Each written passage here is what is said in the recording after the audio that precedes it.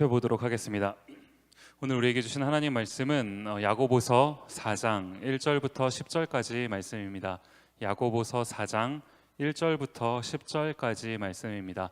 여러분 성경책을 가지고 오신 분은 좀 성경을 펴셔서 찾으시면 좋겠고요. 없으신 분들은 핸드폰이라든지 앞에 스크린을 보시면서 저랑 같이 보시면 될 텐데요.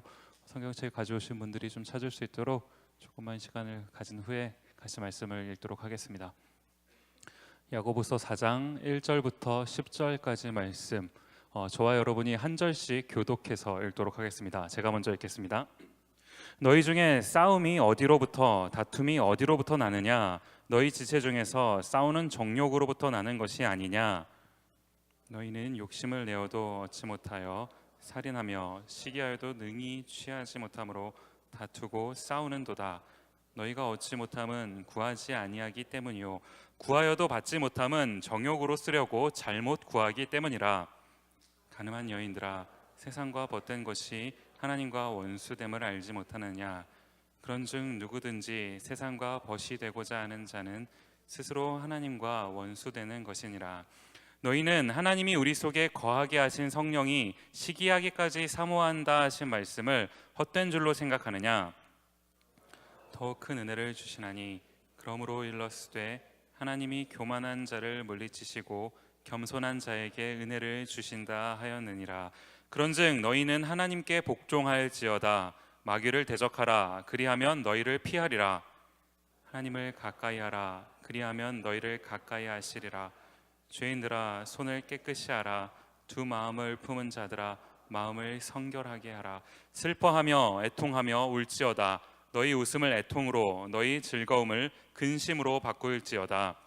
주 앞에서 낮추라. 그리하면 주께서 너희를 높이시리라. 아멘. 디모데 예배 오신 모든 분들을 환영하고 또 축복합니다. 우리 앞뒤 좌우에 계신 분들하고 이렇게 한번 인사했으면 좋겠습니다. 실천하는 크리스찬이 됩시다.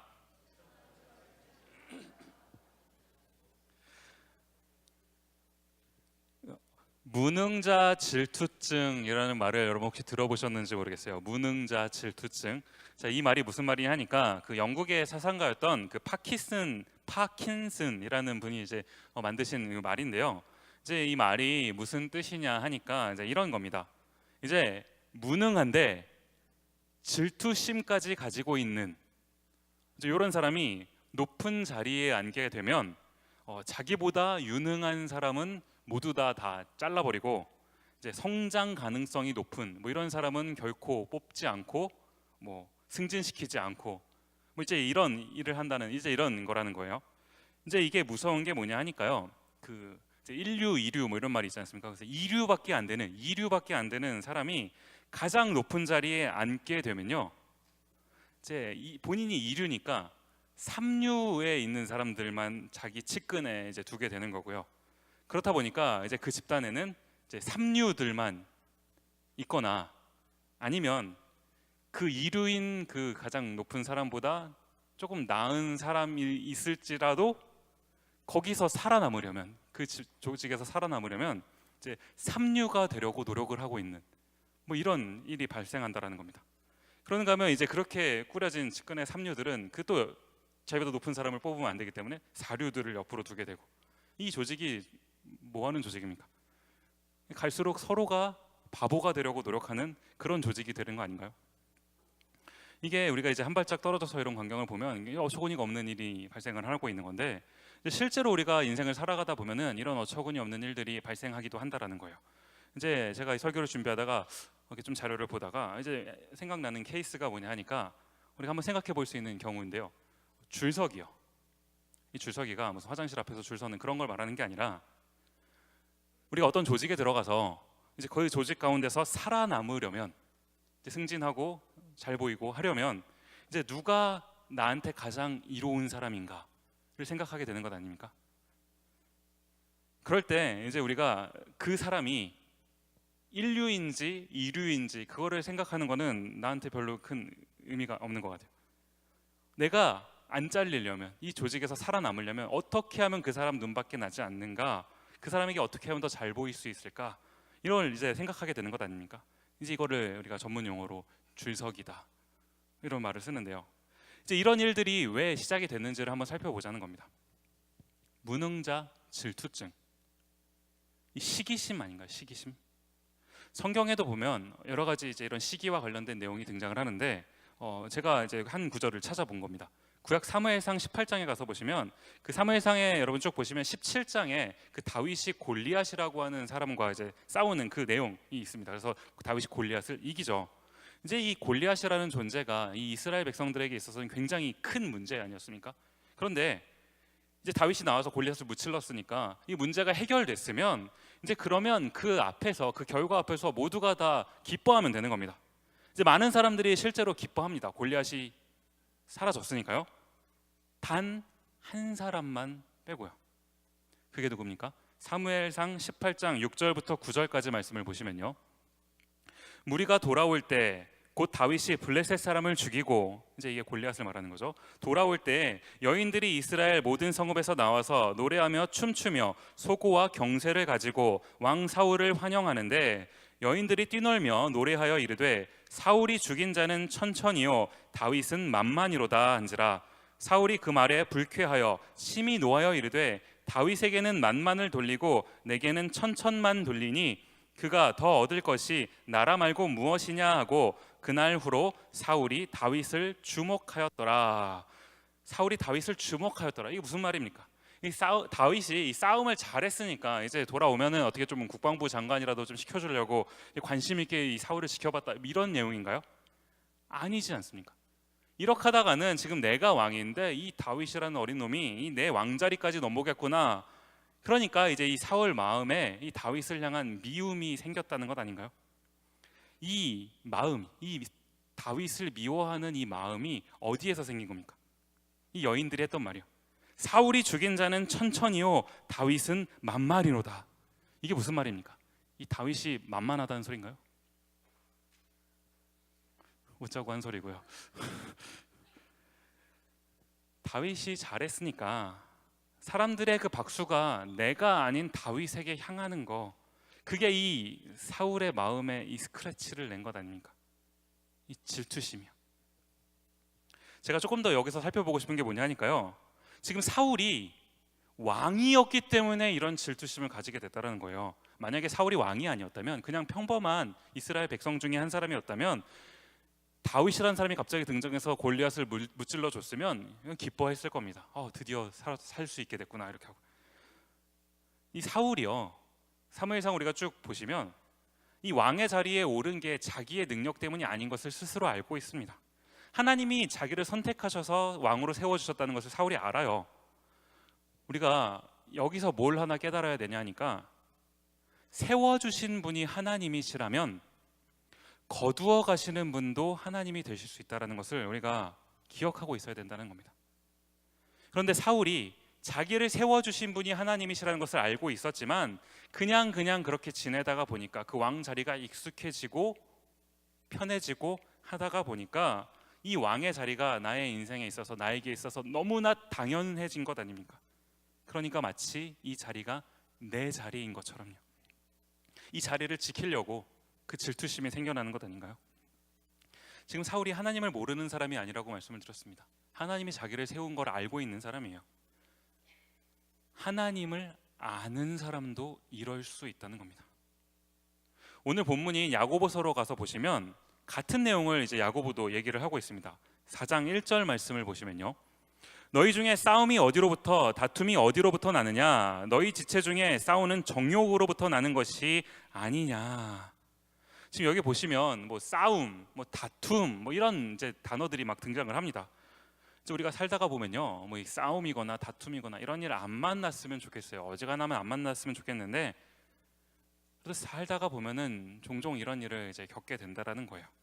그냥 어쩌다가 우연히 만난 사람이랑 이런 싸움, 다툼 이런 거가 있으면 그런가 보다, 불신자랑 이런 일이 생기면 이게 참 신앙적인 차이에서 이런 일이 있구나 하고 넘어가면 되는데, 이제 문제가 뭐냐 하니까 나랑 굉장히 가까운 사람이요, 심지어 신앙 안에서 한 공동체를 이루고 있는 사람 가운데서도 이런 일이 있을 수 있다는 겁니다.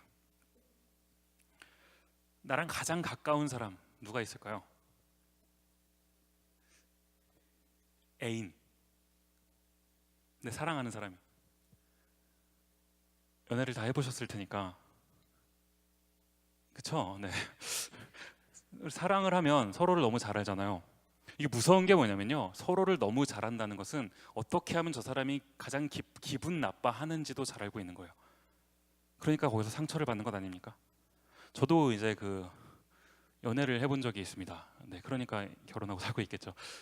그 한국에서 신학대학원 다닐 때 이제 그때 저랑 이제 교제하던 자매가 있었습니다. 여자친구가 있었어요. 이제 그때는 그 카톡 이런 게 없었거든요. 이제 나중에 조금 학년이 지나고 생기긴 했는데 그 요즘에는 그런 게 없을 거예요. 그 옛날에는 그 2000년대 한 중반까지만 하더라도 그 커플 요금제라는 요금제가 한국에 있었습니다. 아시는 분들은 연세가 좀 있으신 분들이 커플 요금제라는 게 있었어요. 그래서 이제 연애하는 사람들은 다 이 커플 요금제를 썼거든요. 뭔지 모르시죠? 지금 고개를 갸우뚱하는, 이게 뭐냐면 그 요금이 비쌌어요. 한국에서 핸드폰 요금이. 그러니까 이제 밤 12시부터 새벽 6시까지 이제 무제한 통화를 할 수 있는 이제 이런 요금제였습니다. 뭐 지금은 24시간 무제한이니까 뭐 그런 게 별로 의미가 없는데, 이제 커플들이 보통 이제 그런 걸 많이 했거든요. 그래서 저도 그런 거 한 거 아닙니까? 근데 문제는 이제 밤 12시부터 공짜니까 11시 59분까지는 전화를 못 해요. 돈이 나가니까. 근데 12시가 땡 하는 순간 이제 통화를 하는 건데, 밤 12시잖아요. 그러면 뭐 새벽까지 통화를 할 수는 없잖아요. 그럼 한 1시간 정도 이제 통화를 하고 한 1시쯤 자면 그래도 이제 다음 날 일어나면 그래도 그때는 20대였으니까 좀 견딜만 하고 살만 했단 말이에요. 근데 항상 이렇게 스윗한 통화만 하고 자면 참 좋겠는데, 가끔 보면 이제 여러분 연애를 해보셨으면 아실 겁니다. 그 꼭 다투는 날이 있죠. 다투는 날. 이제 그러면 꼭 통화가 길어지는 것 아닙니까? 제가 이제 신대원 날 땐 기숙사 생활을 했으니까 이제 옆에 다른 전도사님들이 이제 주무시고 계시는데 4인 1실이었거든요. 아버지 분들 주무시고 계시는데 이제 뭐 거기서 통화를 할 수 없으니까 이제 화장실에 가서 전화를 하는 거예요. 문제는 이제 신대원 다니니까 다음 날 아침에 새벽 예배가 있잖아요. 아침 6시까지 이제 그 예배당에 가야 되는 겁니다. 그 광경이 진짜 재밌어요. 아침 6시니까 50분쯤, 5시 50분쯤 모두가 이제 걸어가면 되거든요. 기숙사부터 거기까지. 그렇게 창밖에서 보고 있으면 좀비들 같아요. 모자 이렇게 둘러쓰고 아침이니까 머리 안 감잖아요. 그래서 이렇게 어슬렁어슬렁 그 수많은 사람들이 한 곳을 향해서 이렇게 걸어가는데 그게 되게 섬찟하고 막 그래요. 하여튼 저도 이제 그런 행렬 가운데 한 사람이었는데, 새벽 6시에 새벽 예배를 가려면 일어나야 되니까, 근데 잠을 자야 되는데 이게 막 2시, 3시 막 되면은 막 마음에 막 부담이 오는 거잖아요. 그때 그랬던 그 여자친구가 지금 저랑 같이 살고 있거든요. 지금은요, 이제 이 분이 저한테 정말 잘해줍니다. 안 싸워요. 라고 말할 수밖에 없는 게, 네. 제가 원고에다가는 오늘 설교가 녹화되고 있으니까요 라고 써놨는데 오늘은 녹화를 안 하고 있네요. 하고 있는 건가요? 위에 걸로 하고 있다네요. 아, 네, 잘 말실수해서 뻔했어요. 오늘 우리가 요즘에 살펴보고 있는 이 야고보서가요, 이게 편지잖아요. 편지. 이제 신약 성경의 많은 부분이 이제 편지 형식으로 기록이 되어 있는데, 이 야고보서도 그 중에 하나 이제 편지입니다. 근데 이 편지라면요, 쓴 사람이 있고 받는 사람이 있죠. 투가 있고 프롬이 있잖아요. 쓴 사람이 누굽니까? 야고보서를 쓴 사람, 야고보죠. 그렇다면 받는 사람이 누구예요? 야고보서를 받는 사람.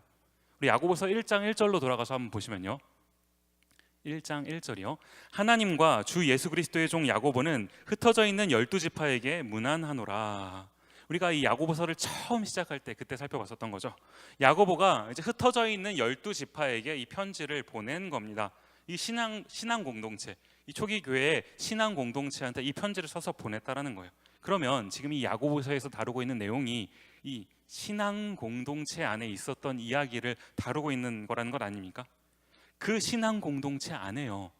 그런데 그 신앙 공동체 안에 지금 무슨 일이 있었다는 겁니까? 야고보서 4장 1절로 다시 가서 한번 보시면요, 너희 중에 싸움이 어디로부터냐, 다툼이 어디로부터 나느냐, 너희 지체 중에서 싸우는 정욕으로부터 나는 것이 아니냐. 그 공동체 안에요, 신앙 공동체 안에 싸움도 있고 다툼도 있었다는 겁니다. 왜 이런 일이 그 공동체 안에 발생했다고요? 시기심, 질투, 이 오늘 4장 1절의 용어로 바꾸면요, 정욕이요. 정욕, 나를 위한 거, 나만을 위한 거, 뭐 나를 위해 사는 게 잘못됐다 이 말을 하고 싶은 게 아닙니다. 그런데 나만을 위해서 욕심을 내는 거, 그리고 그 일이 누군가에게 피해가 된다면, 더 나아가서 하나님이 원하시는 바가 아니라면 우리가 이게 잘된 일인지 한번 생각해 봐야 되는 것 아닌가요?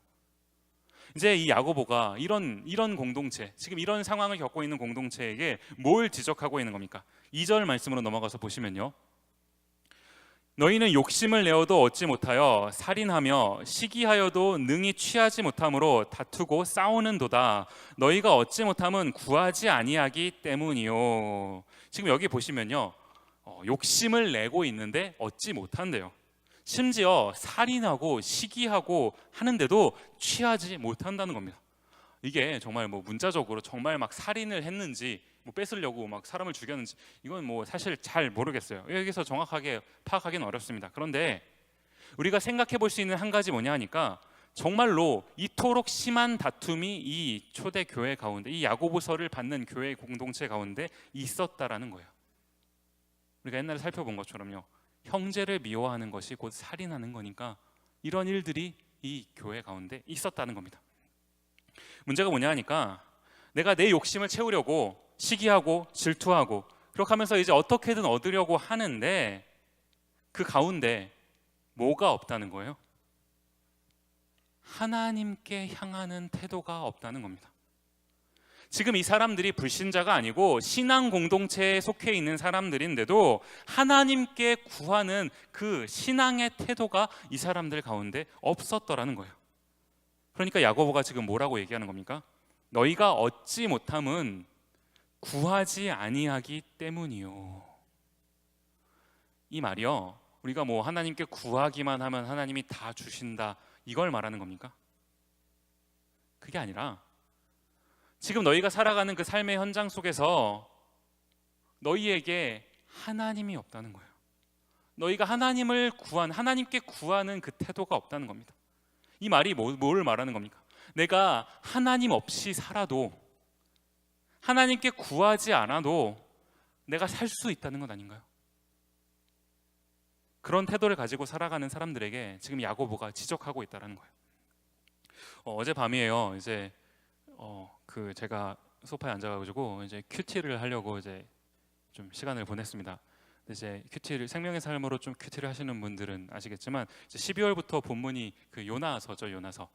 그래서 제가 이제 요나서 말씀을 쭉 묵상을 하고 있는데, 그 요나서 이야기를 우리가 잘 알고 있어요. 하나님이 이제 요나라고 하는 한 선지자를 세우셔서 하나님의 말씀을 이제 전하라 이런 명령을 주셨는데, 이제 요나가 하나님의 말씀을 듣기를 싫어하죠. 그래서 이제 하나님의 말씀에 거역하고 자기가 원하는 대로 가게 됩니다.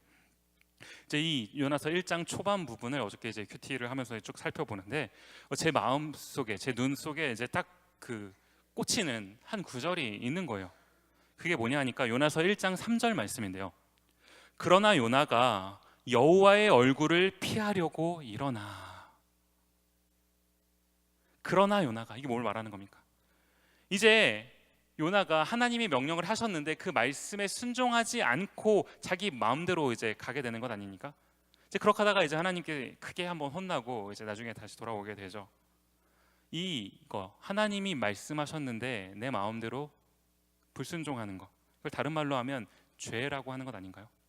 그런데 지금 이 요나서를 우리가 쭉 읽어보면 성경이 요나의 태도에서 주목하고 있는 한 단어가 있더라고요. 이 반복해서 이게 등장을 하더라고요. 그게 뭐냐 하니까 3절 말씀에 있는 것처럼요, 여호와의 얼굴을 피하려고.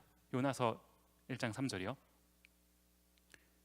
요나서 1장 3절이요. 네, 여호와의 얼굴을 피하려고. 이 여호와의 얼굴을 피한다라는 말이 뭡니까? 내가 하나님을 등지고 산다, 하나님 없이 산다라는 거 아닙니까? 하나님 없이 살아도 살 수 있다라는 태도 아닌가요? 하나님은 요나서를 통해서 이 부분을 계속해서 지적하시더라고요. 여호와의 얼굴을 피하려고. 여호와의 얼굴을 피하려고. 우리가 살다 보면 어떤 문제를 만납니다. 그 문제 앞에서 내가 이제 결정을 내려야 돼요. 그 문제가 해서 하는 그 결정이 나의 선택이 좋은 선택일 수도 있고 안 좋은 선택일 수도 있어요. 내 마음에요. 그런데 그 결정 앞에서, 그 문제에 따라오는 결정 앞에서 하나님의 뜻은 뭡니까? 그 문제를 향한 하나님의 뜻은 뭐예요? 하나님의 뜻은 그것을 선택하고 안 선택하고는 둘째 문제인 것 같아요. 하나님의 뜻은 그 문제를 가지고 하나님 앞에 나아오느냐, 하나님의 뜻은 그거라는 겁니다. 우리가 하나님께 여쭌다면요, 하나님께 기도한다면 우리가 어떤 선택을 내린다 하더라도 하나님이 그것을 통해 하나님의 뜻을 이루실 겁니다. 전능하신 하나님이시니까요. 그런데 우리의 문제가 뭐예요? 우리가 구하지 않는다는 거죠. 문제인데 하나님을 찾지 않아요. 하나님 없이 살겠다는 것 아닙니까? 이게 신앙인가요? 신앙 공동체에 이런 일들이 있었다는 겁니다. 지금 야고보가 그걸 지적하고 있다는 거예요. 그러는가 하면 또 한 가지 야고보가 또 얘기하는 게 뭐냐니까, 야고보서 4장 3절 말씀 보시면요, 구하여도 받지 못함은 정욕으로 쓰려고 잘못 구하기 때문이라. 야고보가 지금 여기서 지적하고 있는 또 한 가지 뭡니까? 우리가 구하지 않는 것, 그것도 문제인데 구한다 하더라도 잘못 구할 수 있다는 겁니다. 이 잘못 구한다는 게 뭐예요? 정욕으로 쓰려고 구하는 거. 이게 잘못 구한다는 거예요. 갑자기 뭐 정욕 이러니까 내가 뭐 하나님께 기도하면서 그렇게 뭐 정욕을 위해서 기도한 것까지는 아닌데 뭐 이런 생각이 들 텐데, 이게 좀 부담스러운 단어죠. 이 정욕이라는 게 도대체 뭘 말하는 걸까요? 이 정욕이 우리가 뭐 생각하는 것처럼 유난히 나쁜 쪽으로 간 거, 꼭 그것만을 말하는 게 아니라는 겁니다.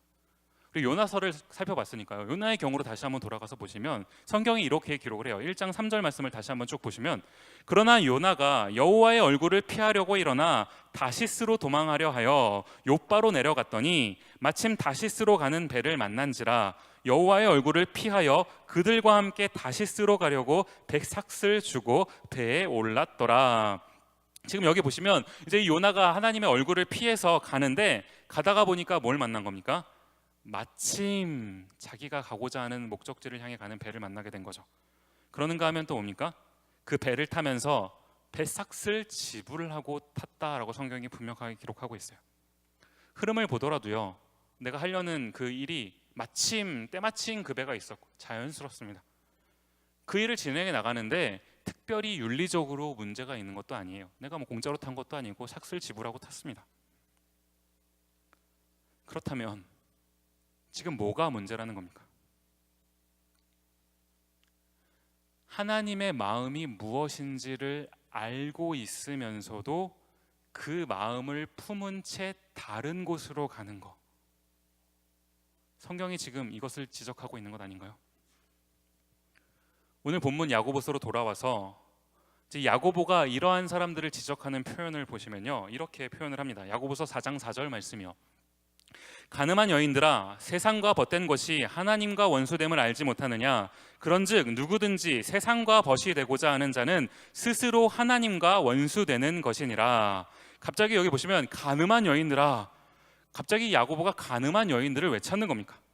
이게 이제 이 야고보가 여성분들에게 보다 더 초점을 맞춰서 이 야고보서라는 편지를 쓴 건가요? 그러니까 이제 이 야고보서를 그 영어로 하면 이게 이제 그 JAMES, 자메스, 자매들을 위한 편지였나요? 여러분 되게 피곤해 보이셔서 제가 열심히 노력을 한 거예요. 오랜만에 이런 거 하지 않습니까? 자메스 아니. 근데 아무튼 네, 넘어가죠. 지금 그게 아니잖아요. 그게, 그죠? 근데 그만하시고요. 집에 가서 생각날 거예요. 자려고 웃을 때. 근데 궁금한 건 이런 거 할 때 통역은 어떻게 하는지 모르겠어요. 그런데 진짜로요. 진짜로 갑자기 이 야고보가 이 자매들, 여인들을 왜 찾습니까? 게다가 가늠한 여인이요. 가늠한 여인. 이 뭘 말하고 싶은 거예요? 고린도서 11장 2절 말씀해 보시면, 고린도후서 11장 2절 말씀이요. 내가 하나님의 열심으로 너희를 위하여 열심을 내노니 내가 너희를 정결한 처녀로 한 남편인 그리스도께 드리려고 중매함이로다. 이게 무슨 말입니까?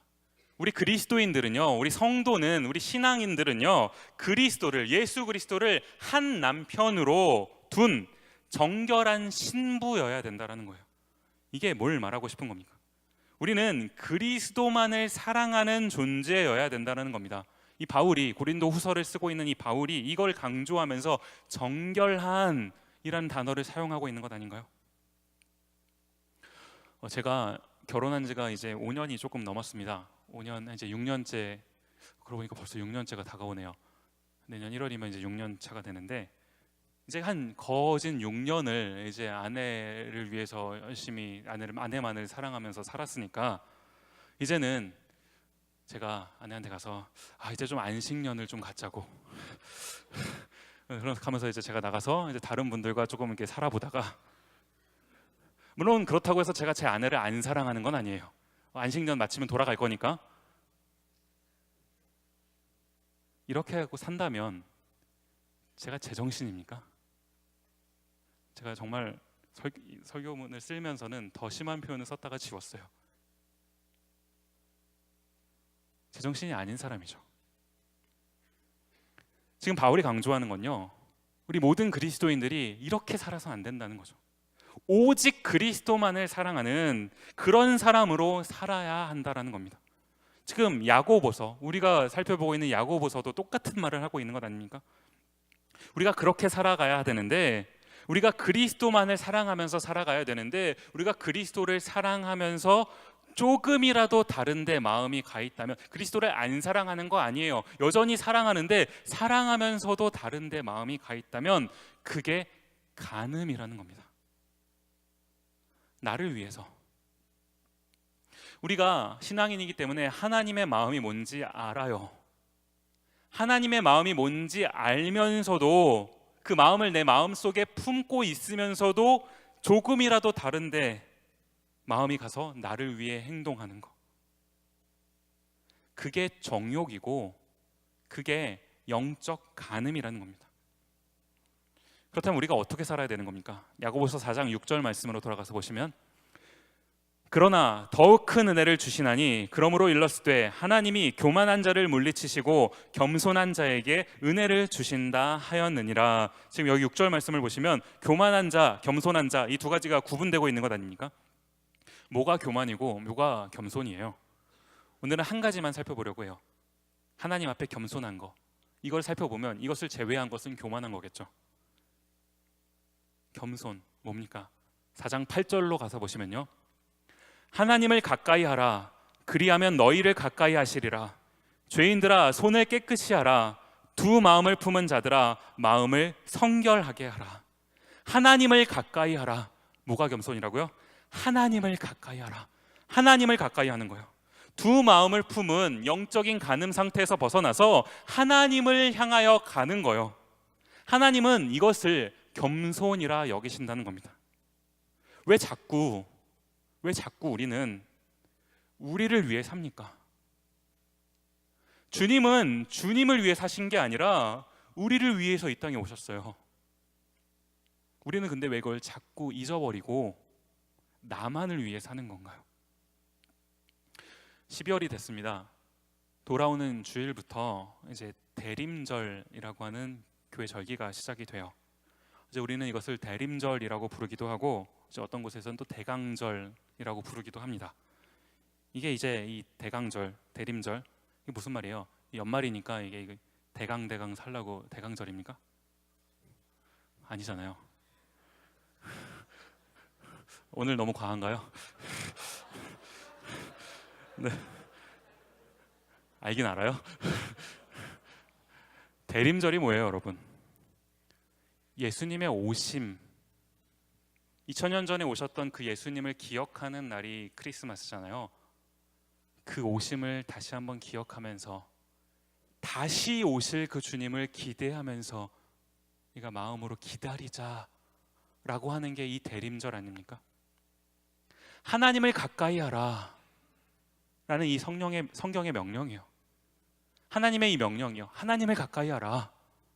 하나님이 무슨 우리가 갈 수 없는 저 높은 어디 천국에서 저 높은 곳에서 가만히 이렇게 내려다보고 계시면서 하나님을 가까이 해라. 우리가 올라갈 수도 없는데 하나님을 가까이 해라. 이렇게 말씀하신 겁니까? 아니잖아요. 이미 이 땅에 오셨고요.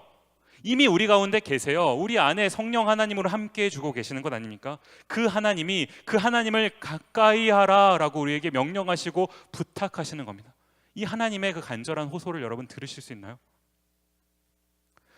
야고보서 4장 9절 말씀을 보시면요, 슬퍼하며 애통하며 울지어다. 너희 웃음을 애통으로, 너희 즐거움을 근심으로 바꿀지어다. 무슨 말입니까? 우리가 나만을 위해서 살았던 거예요. 거짓된 웃음, 헛된 즐거움, 내가 나를 위해서 쫓았던 이런 것들 버리라는 겁니다. 이런 것에 빠져 있었다면 눈물로써 하나님 옆에 회개함으로 나오라는 거예요. 또 뭡니까? 4장 10절 말씀이에요. 오늘 본문의 마지막 말씀. 주 앞에서 낮추라. 그리하면 주께서 너희를 높이시리라. 주 앞에서 낮추라. 내 욕심, 내 정욕 이런 것들 내려놓고 오직 하나님의 뜻만이 내 삶 가운데서 온전히 설 수 있도록 그렇게 살라는 거예요. 내려놓음, 낮아짐, 주 앞에서 버림, 이게요, 하나님이 우리로부터 무언가를 뺏어 가시는 겁니까? 너희를 높이시리라. 너희를 높이시리라. 내 욕심으로는요 이룰 수가 없습니다. 주 앞에서 낮추면 높이십니다. 우리가 이 원리를 기억하고 하나님께로 가까이 갑시다. 저는 오늘 이 찬양으로 설교를 마무리하고 싶은데요, 하나님께로 더 가까이 갑니다라는 가사를 지닌 찬양이에요. 굉장히 단순하고 심플한 가사를 가지고 있는 찬양인데, 우리가 이 찬양을 함께 부를 때 하나님, 내가 하나님께로 더 가까이 갑니다 라는 우리의 이 가사의 고백이 우리의 신앙의 고백이 되었으면 좋겠습니다. 어느덧 정신 차리고 보니까 12월 1일이에요. 한 해가 다 갔습니다.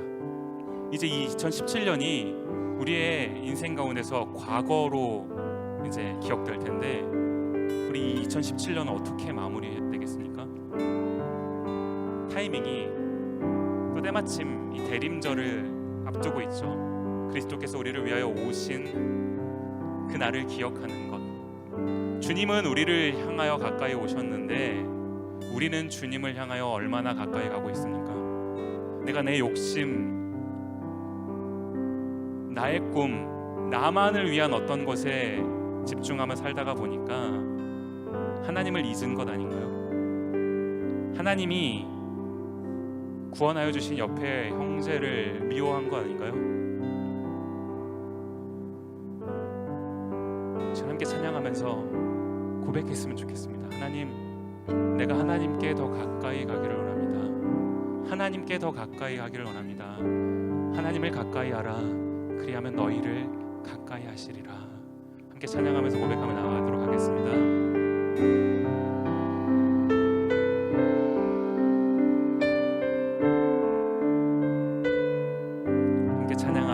하나님께로 가까이, 하나님께로 더 가까이 합니다. 고통 가운데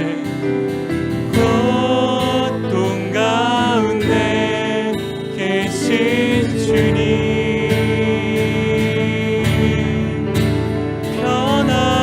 변함없는 주님의 크신 사랑, 영원히 주님만을 섬기리. 한 번 더 찬양할까요? 하나님께로 더 가까이, 하나님께로 더 가까이 합니다. 고통 가운데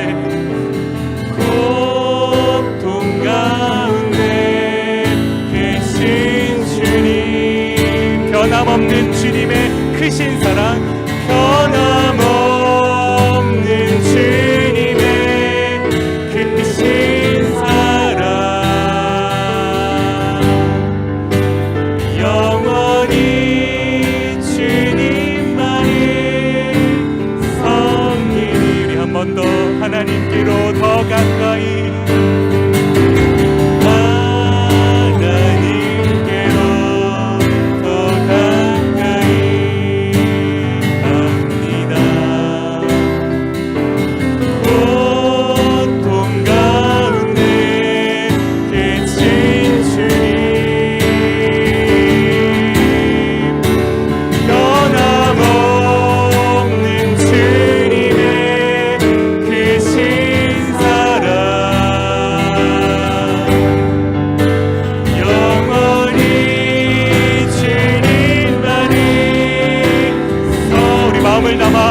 한번 고백할까요? 하나님께로 더 가까이 갑니다.